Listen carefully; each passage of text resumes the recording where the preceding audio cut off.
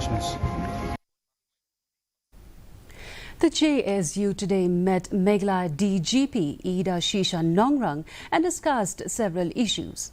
During the meeting, the pressure group raised issues of smuggling, extorting on highways and even recruitment in the police department.